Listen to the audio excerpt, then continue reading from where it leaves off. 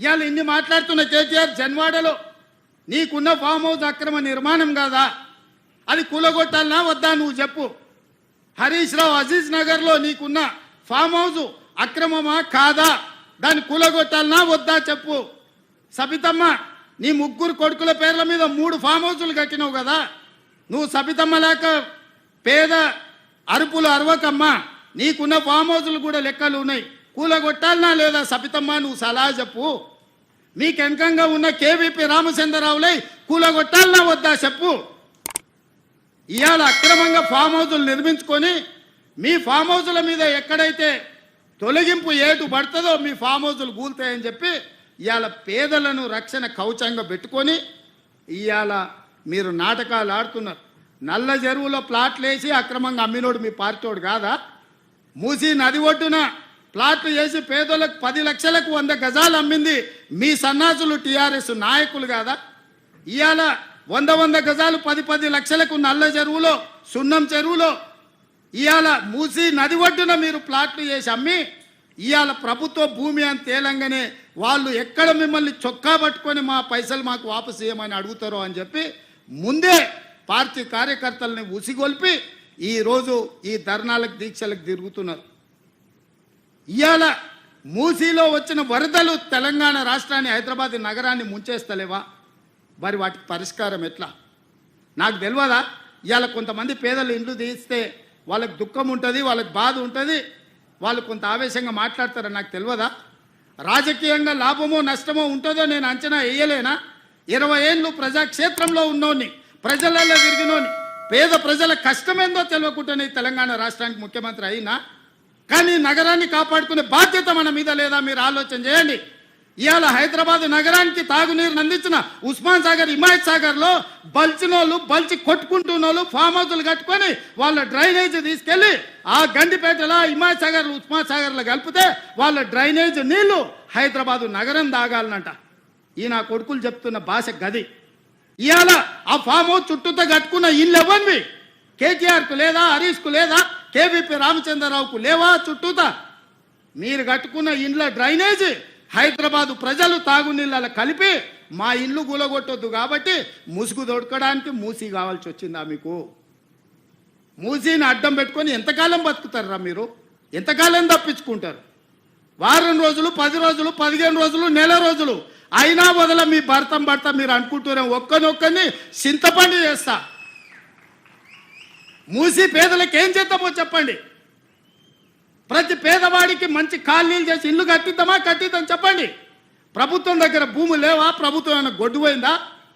జవహర్ నగర్లో 1000 ఎకరాలు ఉంది ప్రభుత్వాన్ని. మూసీలు ఉన్న పేదవాళ్ళందరికీ తలా 150 గజాలు చేసి ఇచ్చి ఇందిరమ్మ ఇల్లు కట్టిద్దాం. రాండి సన్నాసులారా, ముందుకు రాండి, పేదోళ్ళకి కట్టిద్దాం. ఎవరైతే నమ్మి మోసపోయి కట్టుకున్నారో వాళ్ళ ఇల్లు కట్టడానికి ఎంతైందో నష్టపరిహారం ఇద్దాం, ప్రభుత్వం ఖజానా నుంచి పంచుదాం. రాండి, అందరం కూర్చొని పంచుదాం ఒకటే వేదిక మీద. ఇవాళ ఈ ప్రాంతంలో ఎంపీ ఆయన మాట్లాడుతుండు. ఇక ఆయన గురించి నేను ఎక్కువ మాట్లాడదలుచుకోలే, కానీ ఆయనకు బాధ్యత లేదా? ఎంపీకి గెలిచినావు కదా, మోడీ దగ్గర నుంచి ఏం తెస్తావు తీసుకురా. గుజరాత్లో అహ్మదాబాద్లో సబర్మతి రివర్ ఫ్రంట్ నరేంద్ర మోడీ కట్టుకోవచ్చు అంట, కానీ నరేంద్ర మోడీకి ఊడిగం చేస్తాడంటే కానీ మూసీ రివర్ ఫ్రంట్ మాత్రం తెలంగాణలో కట్టొద్దంట. ఏం న్యాయమా ఇది? ఇక్కడ ఉన్న ప్రజలే కాదు, నువ్వు కూడా బతకనీకి వచ్చినోనివే. నువ్వు బతకనీకి వచ్చినావు, ఓట్లు వేయించుకున్నావు, ఎంపీ అయినావు, కానీ వాళ్ళు మాత్రం మూసీలు అదే మురికి కూపంలో ఉండాలనా? వాళ్ళందరినీ చక్కదిద్దాల్సిన బాధ్యత నీకు లేదా? ఏమన్నది శరణమ్మ, రైతు బంధు పడ్డదంటే పల్లె ఇంకెక్కడ ఇచ్చిండు అని ఈ అమ్మక్క కూడా అన్నది. ఇవాళ ఇక్కడ ప్రజలు 2 నెలల నుంచి అన్నం తింటలేం, అన్నం పైన పట్టలేదు, కళ్ళల్లో నీళ్లు వస్తున్నాయి, గుండెపోటు వస్తుందేమో అని భయం అవుతుంది, కళ్ళు తెరవాలంటే నిద్ర లేచే వరకు ఏమైతామో అని చెప్పి భయపడుతున్నాము అని అంటున్నారు. ఇవాళ రేవంత్ రెడ్డి ఈడేదో గవర్నమెంట్ భూములు వచ్చి ఉన్నాయని వచ్చినా అంటున్నావు. మరి నువ్వు ఆ రోజు ఏం చెప్పినావు వరంగల్ డిక్లరేషన్లా? వరంగల్ ఏం చెప్పినప్పుడు ఓట్ల ముంగట మేము వస్తే గవర్నమెంట్ భూములన్నీ పట్టాలు ఇస్తా అన్నాడు. ఇప్పుడు పట్టాలు ఇస్తా అన్నాడు, గుంజుకుంటున్నాడు. ఇప్పుడు అంటే ఓడ దాటేదాకా ఓడమల్లప్ప, ఓడ దాటాక బోడమల్లప్ప. ఎలక్షన్ల ముంగటనేమో పట్టాలు ఇస్తా, మీకు కూడా పట్టభూములు చేస్తా, గవర్నమెంట్ భూములు మీకు అన్ని హక్కులు ఇస్తా అని వరంగల్లో రాహుల్ గాంధీని తెచ్చి డిక్లరేషన్ చేసిండు. మరి ఆడున్నాడు రాహుల్ గాంధీ? రాహుల్ గాంధీ స్పందించును. ఆ రోజు నీతోనే చెప్పించిండు గవర్నమెంట్ భూములకు పట్టాలు ఇప్పిస్తా అని. నిన్ను నమ్మి ఓట్లేస్తే పట్టాలిచ్చుడు దేవుడు ఎరుగు, ఉన్న భూమి గుంజుకుంటున్నాడు, ఉన్న గోసి గుంజుకునే కాడికి తెచ్చాడు రేవంత్ రెడ్డి. మరి రేవంత్ రెడ్డికి మొట్టికాయలు వేస్తావా? రేవంత్ రెడ్డికి బుద్ధి చెప్తావా? సర్ది చెప్తావా? చెప్పు గాని మా పేదోళ్ళ భూముల తెరువు రావద్దు అని చెప్పి నేను ఈరోజు రాహుల్ గాంధీ గారిని డిమాండ్ చేస్తా ఉన్నా. యాన్నో ఢిల్లీలో కూర్చుండు కాదు రాహుల్ గాంధీ, ఓట్లప్పుడేమో గల్లీ గల్లీ తిరిగినావు, గద్దెనెక్కినాక ఢిల్లీలో పడ్డావు. రైతు బంధు వచ్చిందా చెల్లె? వచ్చినాదా రైతు బంధు? ఎవరికన్నా ఊళ్ళే కేసీఆర్ ఉండగా టైం మీద వస్తుండేనా లేదా? ఇప్పుడు వానకాలం ఇక దసరా పండుగ బతుకమ్మ పండుగ వచ్చింది కానీ ఇంకా రైతు బంధు వాళ్ళే. ఏమని ఊరిచ్చిండు? ఇగో ఇప్పుడైతే 10,000, మేమొస్తే 17,000 అన్నాడు. అన్నాడా లేదా? ఏమే 15 వచ్చినాయా 10 వచ్చినాయా? 15 రాపాయా 10 కూడా బాయ్. ఎక్కడ రేవంత్ రెడ్డి అంటే రుణమాఫీ అయినాదమ్మా అందరికీడా?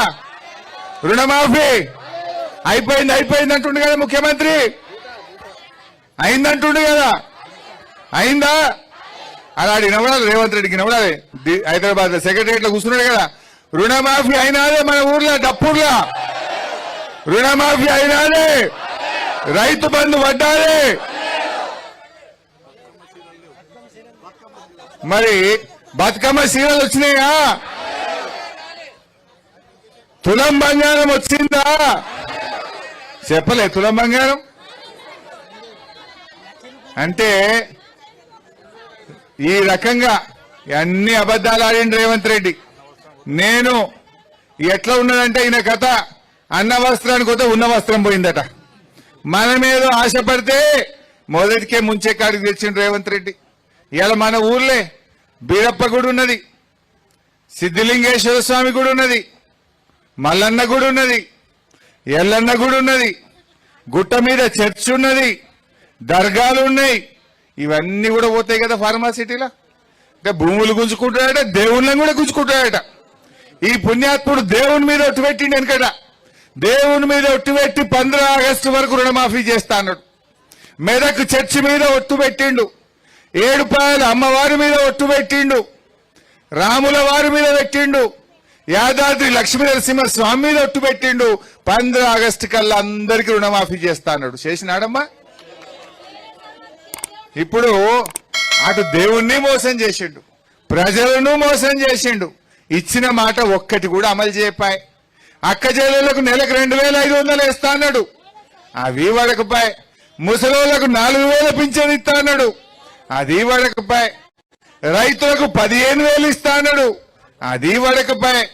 100 రోజులు అన్నాడు, 300 రోజులు నిండినాయి. ఇప్పటికీ 300 నిండినా రేవంత్ రెడ్డి ఆయన కడుపు నిండే చూసుకుంటుండు తప్ప రైతుల కడుపు ఆలోచిస్తలేడు, పేదోళ్ల కడుపు గురించి ఆయన ఆలోచన చేస్తలేడు. ఈరోజు మనం ఆలోచన చేయాలి.